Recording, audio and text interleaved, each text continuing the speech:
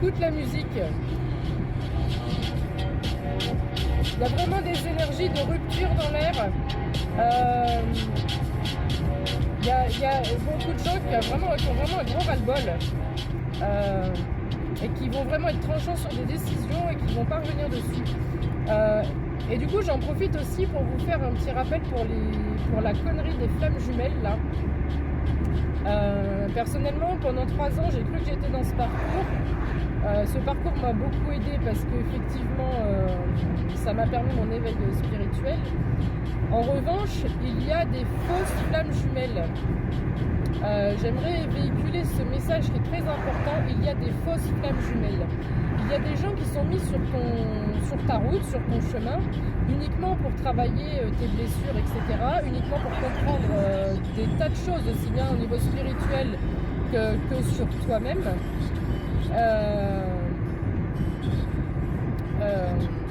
Qu'est-ce que je voulais dire ? Donc pour travailler tes blessures, travailler sur toi-même, avancer dans ta vie, avancer dans un parcours de chemin spirituel, etc. Quelque part te mettre quand même sur le bon chemin, sur la bonne route.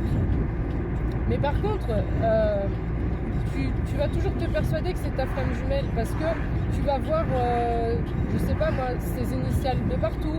Tu vas voir le jour les numéros du jour de votre rencontre. Les premières lettres de son prénom. Excuse-moi, je conduis, je suis concentrée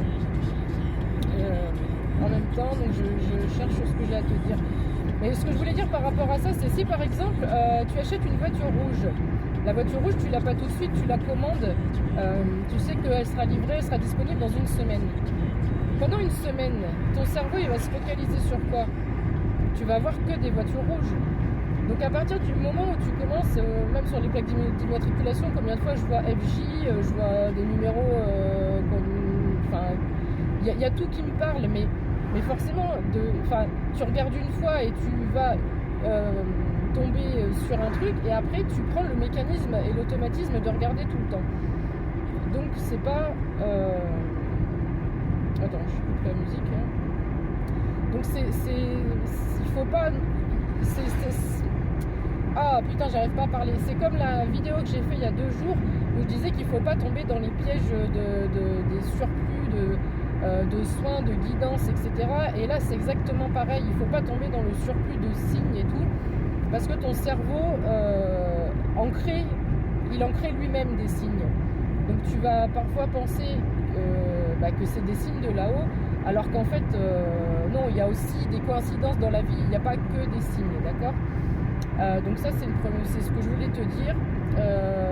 Donc faites attention, il y a des personnes qu'on assimile à des flammes jumelles, mais qui ne le seront pas. Et comment tu peux savoir qu'elle ne sera pas et que c'est pas ta flamme jumelle ? C'est uniquement parce qu'elle t'a mis quelque part sur ton chemin. Donc il y a eu une évolution, il y a eu quelque chose de positif de cette histoire, de cette relation, plus ou moins grâce à cette personne. Mais cette personne, elle continue de t'exclure, elle continue de te blesser, elle continue de t'apporter des miettes, voire rien du tout. Elle continue à penser qu'à elle, à être égoïste, et voilà quoi. Donc c'est comme ça qu'on reconnaît. Il faut quand même que dans un parcours flamme jumelle, même si c'est souffrant parce qu'il y a des allers-retours, etc., tu vois, c'est pas une relation qui est fluide, etc. S'il y a trop de souffrance, flamme jumelle, âme sœur, n'importe quel que soit le lien d'âme, il faut arrêter de subir des relations sous prétexte que ce sont des liens d'âme. Voilà, c'est tout ce que j'avais à dire. Gros bisous, bonne journée, ciao ciao.